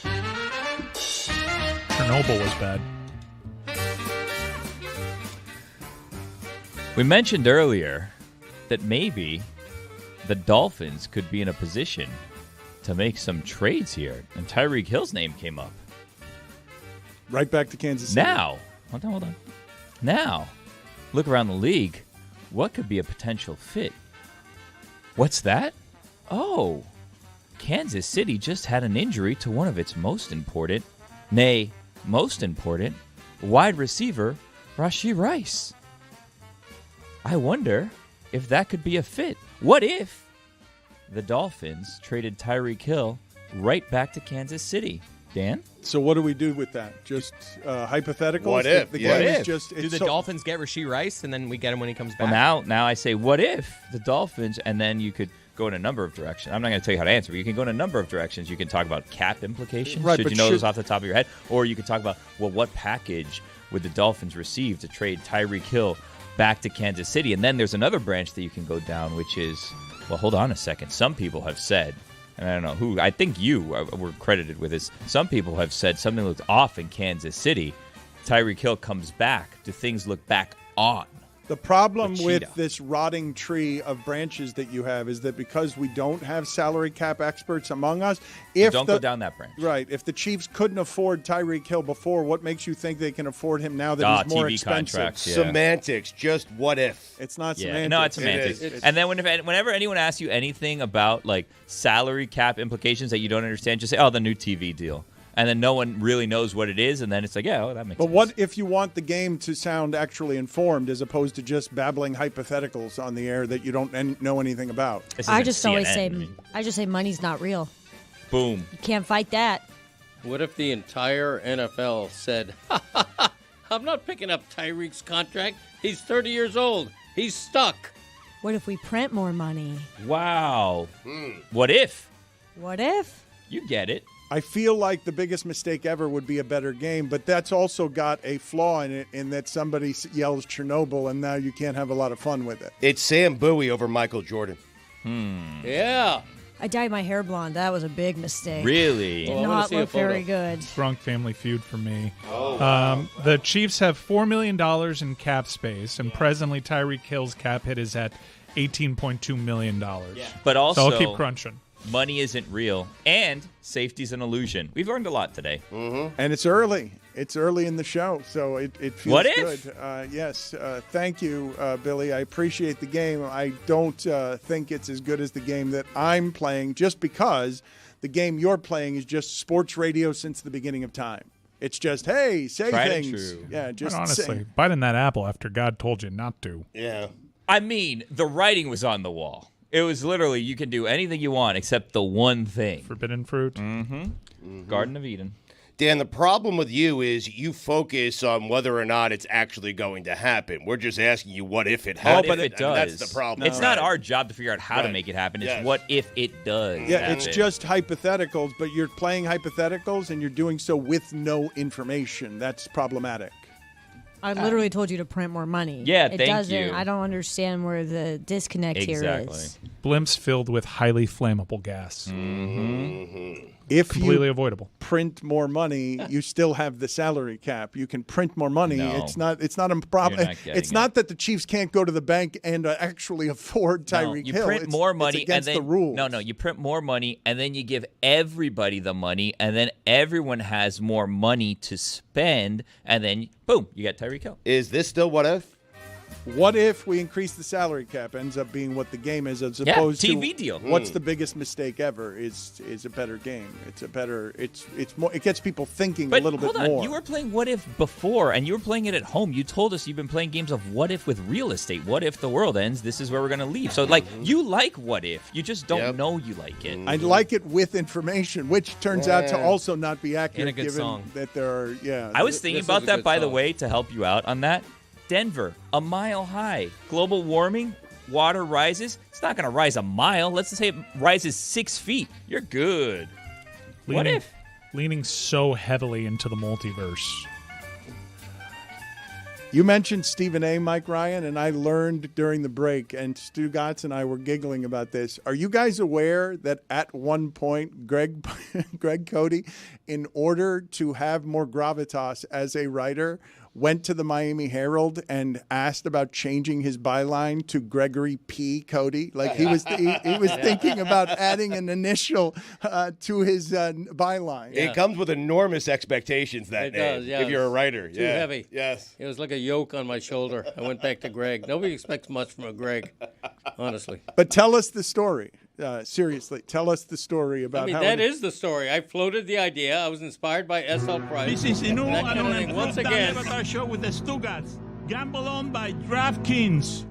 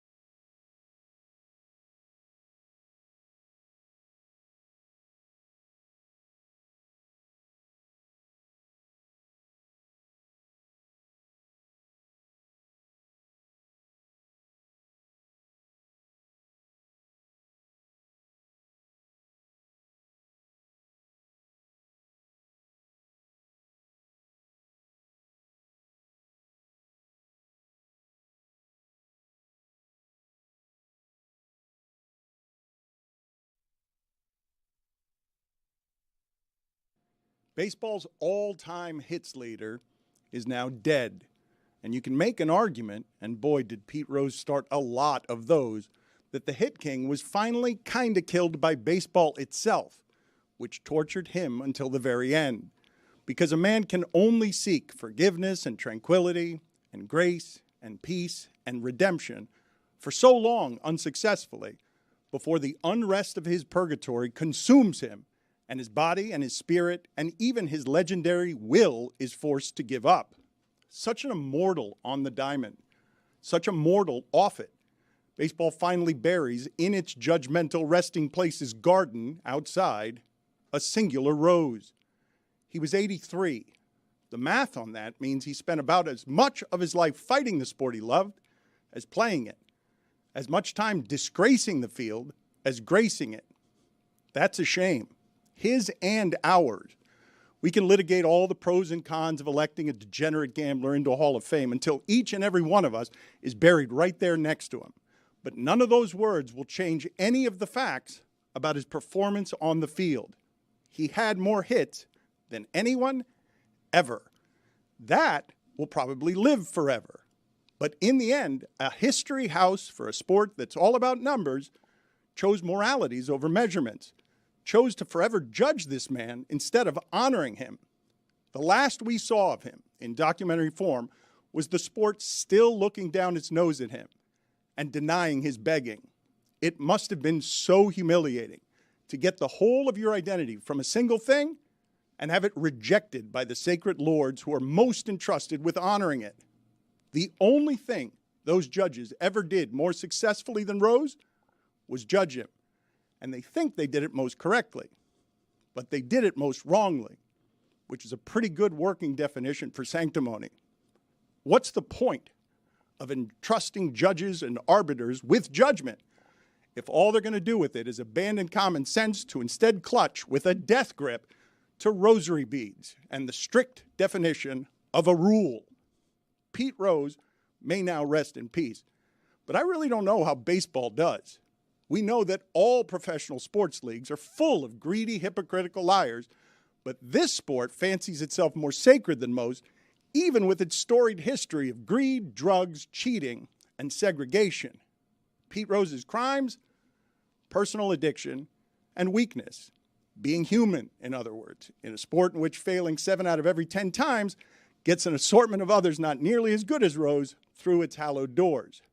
It could not have been in any way good for Rose's health late in life, always desperately craving to be loved back by the game that spent the last half of his life rejecting and burying him long before his final resting spot.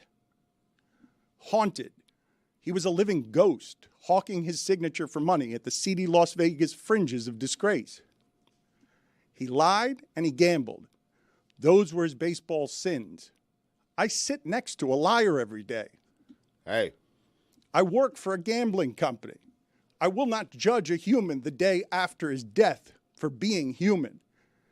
The entire sport is supposed to be about going home, but baseball barred the doors of its most hallowed home and locked one of its favorite sons outside forever until his body went cold as the rest of us. All they had to do at the very end was lift a single forgiving finger of grace. But instead, they'll have us believe that he's the only one here who should feel disgraced. You could have just called him the Hick King.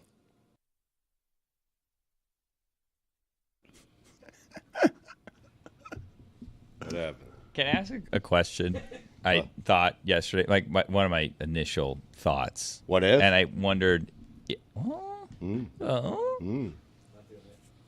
we're not going to do it, I guess. All right. So, it was an inside thought that I said outside here, and I was like, I don't think we should go there. And you guys are like, yeah, ask that question. It's fine. Oh, now you're putting it on us. Well, so like, if you're banned for life, and that ends, does the ban?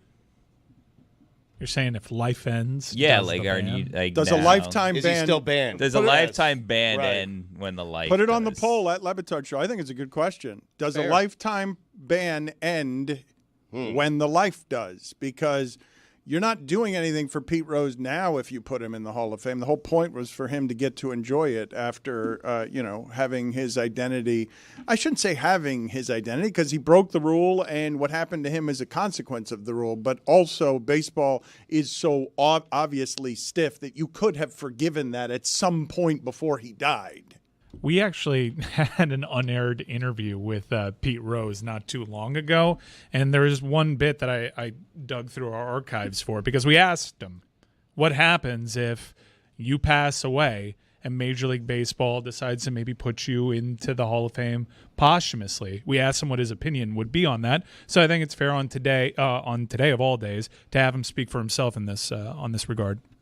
In the future, several decades from now, let's say Major League Baseball then makes the decision after Pete Rose is long gone to enshrine him in Major League in the Major League Baseball Hall of Fame. How would you feel about that? Well, that would, to be honest with you, I wouldn't want to go in the Hall of Fame because I think the Hall of Fame, okay, and don't get me wrong, the Hall of Fame is for two things. It's one for the player, and it's three things. His family. Okay, his fans, and his teammates and everything that was everybody who was associated. That's more with than three. It don't help me when I'm 6 feet under. How the hell is that going to help anybody? I mean, I still go out today. I'll go out and try to sell the game of baseball, and I'm not even in the game of baseball. But you guys will agree, my name is synonymous with the game of baseball. I have all the records. And that's all baseball is statistics. It's all about statistics. All you guys on TV talk about how many home runs you got, how many RBIs you got, how many runs you got, how many Gold Gloves you win, how many MVPs you win, how many World Series you play in. Those are all questions that I can answer with no hesitation at all. I want to get to Greg Cody's story about wanting to be Gregory P. Cody as a byline, and we will, because I know a lot of you are upset that we clipped him there, and he's also upset with the hard network out. But I do want to say of this, that to me, what the Hall of Fame actually is that it does for players, that I think is the single most important thing that the Hall of Fame does. For these players who had to be so consumed with sport that maybe they didn't enjoy the climb up as much as they could or would have because there were always piranha around who were younger trying to steal their shit. It is a fountain of youth and old age that gets them to relive their glory in a way that is special, how the rest of us might not understand. The joy that I have seen from people who get to relive more nostalgically, more presently, and more joyously with the wisdom of old age. Yeah, I was pretty great. And man, it felt good. And I was too busy battering my body and traveling all over the place to stay ahead that 30 years later, what you're doing to honor them is giving them the most precious gift of here's some access to your youth you may have missed. And you've denied him that forever, and you can't get it back. Yeah, he was robbed of that unnecessarily. He committed a baseball crime that should never have been a life sentence. I've always said that you shouldn't have to be perfect to get in the Hall of Fame, and if you weren't perfect, let them note that on your bronze plaque for eternity. Let them note that he had the gambling problem that ostracized him for years, but don't keep him out and let him die without that. The whole concept of rest in peace, if you believe in that, he ain't doing that today. He's tortured in rest and always will be. I mean, but he's not an innocent victim. Like Pete Rose did this to Pete Rose, and Pete Rose in multiple conversations also lied about it, right? Yep. Like at first it wasn't, I didn't bet on baseball. And then it's like, I did bet on baseball, but I didn't bet on my team. But I did bet on my team, but I didn't bet against my. So like there never really was truth there, right? So like there's never really an honest conversation for the forgiveness with him because every opportunity he was given, legitimate or not, he lied about. Given the crime, given the lies, should it have been a life sentence for the all-time greatest hits leader who never cheated on the field, never had a hint of steroid issues or any of that stuff? I mean, that's the problem, right? Because he did break the cardinal rule of baseball, and whatever the penalty, whatever you think it should be, it shouldn't be keeping one of the all-time great players out of the Hall of Fame. It doesn't have to be forever is all I'm saying. Well, but it's also just an asterisk, right? Like, it's not real. Like, okay, he may not have a plaque with his face on it, but he will have things in the Hall of Fame. There's acknowledgement of Pete Rose. Like, people know who Barry Bonds and Roger Clemens are. And, like, we mentioned it and we touched on it on that interview that never aired, but, like, it kind of, and not to be like the whole Chris Cody, Zion Williamson thing, like, it kind of added to his aura, not being allowed to the Hall of Fame. It made him money as well. It was, you could argue, it was good for him, right? Like, making the Hall of Fame would have made him money as well. It might have, right? But, like, how many people would know off the top of their head, this is the hits leader, and be interested in getting their autograph 50 years after they were inducted into the Hall of Fame? I don't know the calculus on if he was allowed to stay managing around the game and still was able to have a career in and around baseball. He gambled as a manager, which is another problem, right? Yeah. Like, he's the one who's determining the outcome of the games, and he's gambling on his own team. I imagine during the meat of that ban, I know he showed up at Fox when briefly in their studio show, but I think a lifetime in and around the game, not being persona non grata, is probably worth more to him than being posted up at a sad Vegas casino. He was starting to make a comeback, and you will see in the end of his life that he ended up off of Fox because there was stuff with women that was problematic, and so he wasn't going to make it back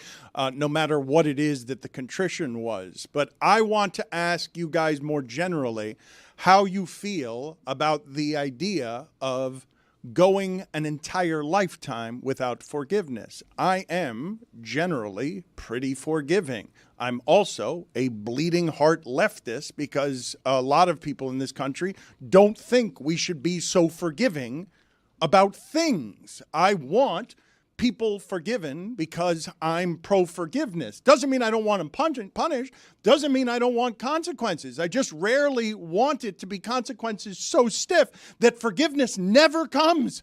There will be no forgiveness. You've made the mistake, and that mistake is forever. You will not get to correct it. That's it. It's over for you.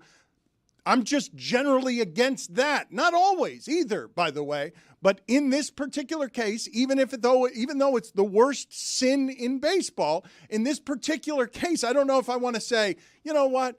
Once somebody's limping around in their 80s, can we reconsider some stuff? Put together a committee. How about this? You're applying age and optics, though. I mean, put together a committee that allows people, just in general, once they reach their 80s, just put together a committee of forgiving people so that we can all consider whether a lifetime ban should be for a lifetime or whether we send someone off where they can actually rest in peace while they're still living because we haven't chased them around with a pitchfork in their 80s.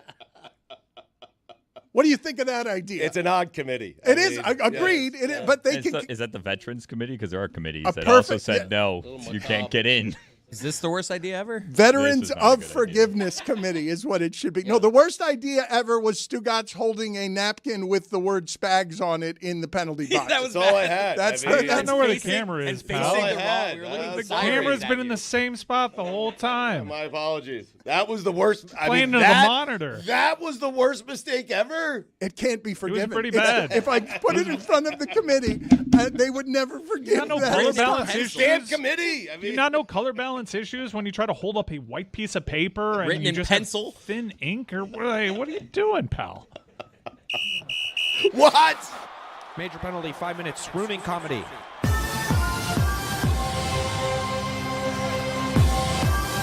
It is a delayed penalty.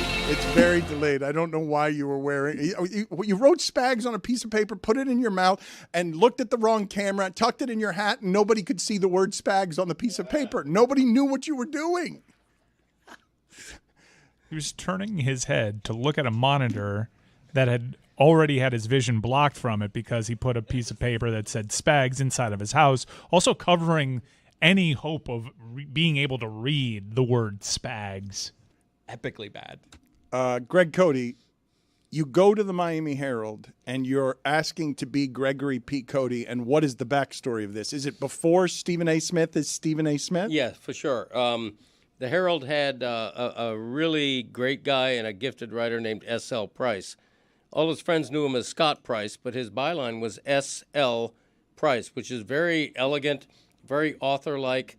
It sounds more like a 20th century author, a novelist or something. And I thought that was pretty neat.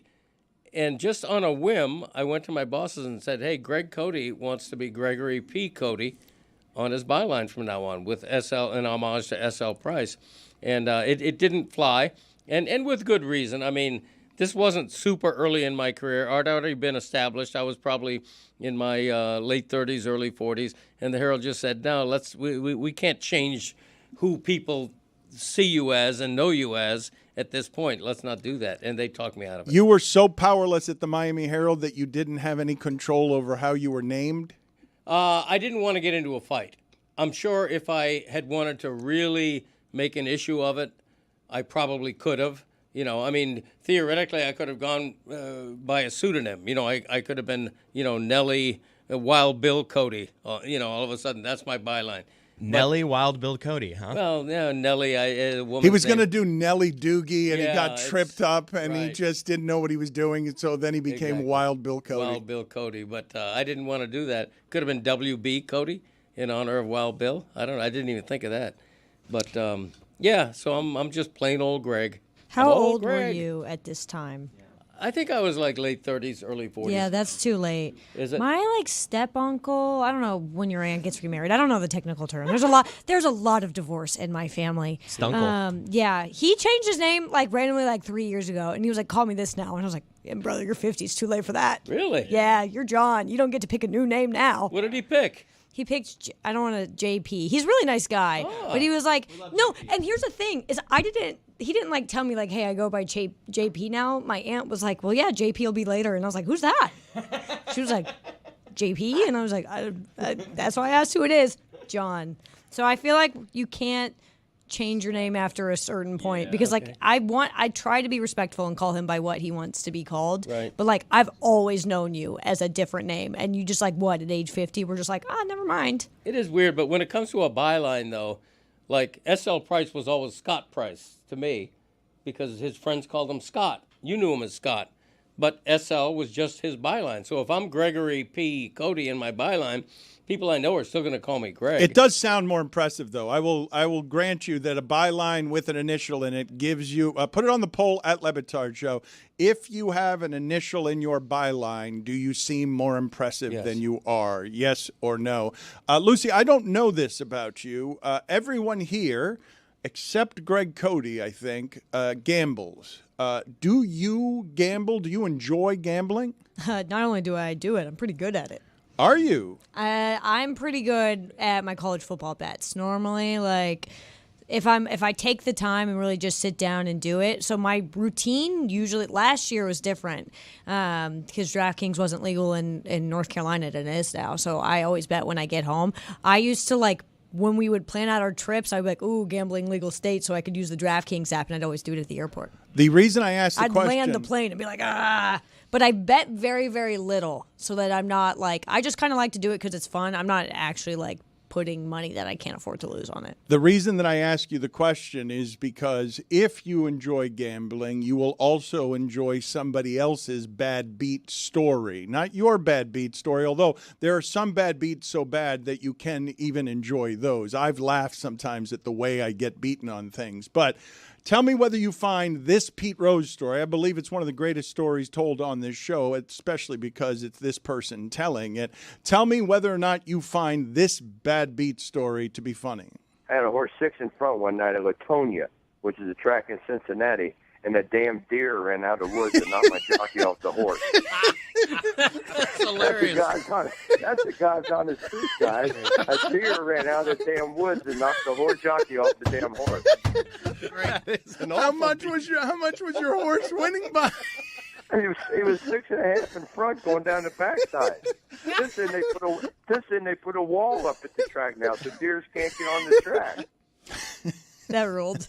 Yeah, that's awesome. That was a great story. By the way, can I make a quick correction? You said I never gamble. Speaking of horses, I do bet on my racehorse Calmly whenever she runs. Is that right? Yeah, every time. Bona fides. She won a Grade 2 race earlier this year. Wow. In France or Germany, I can't remember. But, I won like $80. She's never a huge long shot, but she's always a small long shot. So it's not like you're never going to get rich. But, yeah, I do gamble in that sense. Greg, I thought of you recently because I saw the Kelseys bought into Team Valor, and they themselves have a racehorse now. Why are you swigging your coffee when he's because talking he to just told a story, and he got to be the star of that story, and we talked about his initials, and he's just enjoying Travis Kelsey himself. and I are Team Valor stablemates, along with Guy Fieri. Ooh. Greg, if you could change your first name, but it can't be Greg or Gregory, what would you change it to? Alphonse. Okay. Oh. All right. Would you go by Alf? No, Alphonse. Alfie? Ooh, Alfie Cody. Yeah. That's a good dog name. Next dog, Alfie Alfie? Cody. Yeah, Alfie Yeah, Cody. that's Ever cute. since that movie, wasn't there a movie called Alfie? Yeah, sure. It's funny that you say that because I'm reading the Will Smith biography, and they allowed him and Jada Pinkett went and asked their son initially to choose the name for his brother, and they gave him permission, and he just shouted Luigi. And they're like, we can't do that. And they crushed the kid, but then they named the dog Luigi. So they had the exact pivot that you had where they just said, name one of the pets that, and, left a broken-hearted kid with a brother with a different name because Jada and Will weren't going to have a Luigi Smith running around in their family. Do you think that this Norm Macdonald bad beat story told on our show, nothing can rival the Pete Rose story, but this blackjack story from Norm Macdonald is pretty damn good. One time I had a massive bet down. It was my last bet. I just said, I'll just bet all this. And then I got 2 aces. And and then I was like, I don't know if I have enough money, but can I get some credit, from the casino to bet on this other ace? And they're like, no. And I'm like, does anyone else want to buy an ace? No, but everyone else there was betting small. You were at a So anyway, $5 table. No, I don't like the. What the hell? I'm watching the draft. What? Nor what? I was just watching the draft. Okay. All right. So, anyways, my 2 aces, I go, hit me. I have 2. You know what I mean? So I have to hit. So I have an ace and an ace. It's a 2. So I hit it. Oh, no. Because you couldn't Boom. split it. Here come the face 12. cards. Here come Boom. 22. Oh. So as obviously I would have had 2 21s. Instead, I have 1 22. Just watching it like a draft. Were we on during a draft? Like No, what no, was it was that? an old draft. He was doing comedy. Yeah. We had him on during the football season at like 10:30 a.m. Yeah. There was no draft going on. Yesterday was an exceptional baseball day. It was a lot of fun. The doubleheader between the Mets and the Braves had consequences. I imagine, Billy, that second game of the doubleheader, you were rooting against the Braves, right? Oh, yeah, no. Oh, I mean, I wasn't watching the game, but I was rooting against the Braves, yeah. Mad Dog was watching this live. We've got a lot of Mad Dog sound. I don't know how long it is, but let's just enjoy this vicariously through Mad Dog, who cares deeply about the Mets, as in the first game, Francisco Lindor, who's been great for them. He was so bad for them last season, and he's just carried them for 3/4 of the season this year. Let's listen to Mad Dog react to Francisco Lindor's home run. And carried. Harris scaled the wall and I'm gonna lie, I thought you were going. We have 3 home run calls. I didn't have the Lindor one up, so I'm gonna do the Lindor one right here. now he's got an opportunity against the Braves back of the bullpen. Now he hits a fly ball that's pretty well hit the deep right center, and this ball is out of here. Lindor has just golfed one out, and the Mets lead 8-7. A 2-run homer by Lindor, and New York has the advantage. Oh my goodness, what a baseball game! As Lindor hit a ball out to right center, looked like a fly ball at first, but the ball carried. Harris scaled the wall and left it. And New York now leads 8-7. And Diaz gets a second life in the bottom of the 9th. Oh, my goodness. I don't know if you're allowed to do play-by-play like that. Maybe you are when you're on Sirius XM and they have certain rights to certain games. What other sound do you have from that doubleheader and Mad Dog that would show his general enthusiasm for all baseball riches that were happening yesterday? And did he just hit a home run? Is that Jesse? That is Nimmo. And he just hit the ball out of the ballpark in the upper deck and right. And the Mets now have a 6-3 lead. A 6-1 outburst in the top of the 8th eighth inning against Schnellenbach, Jimenez, and Iglesias. And the Mets now are in excellent shape to win this game. And now everybody in Arizona has become a Met fan for the rest of the day. Oh, my goodness. Arizona got knocked out of the playoffs with that second game yesterday because of what Ozuna and the Braves did to save their season at the end. Give me a little more Mad Dog enthusiasm. 3-0 the whole game. Here's a 3-1 from Diaz. And there's a ball in the left field and pretty well hit. And it's off the wall. It gets by the left fielder. 1 run will score. 2 runs will score. And there's Atlanta Braves score another run. A 3-run double off the wall in left field by our good buddy Albies. And Atlanta leads 7-6 in an absolute classic now down in Atlanta. The Mets, who had a 6-run 8th inning, bring Diaz in, and Diaz gives it up. Back to back to back to back. And now all of a sudden the Mets, oh my goodness, how they bounce back in a game 2 scenario will be fascinating. Iglesias now can close it as New York trails 7-6. As Albies just missed a grand slam out the deep left at a 3-1 pitch. And here comes Ozuna, 12 in front of the hour. We continue our Mad Dog Unleashed right after this.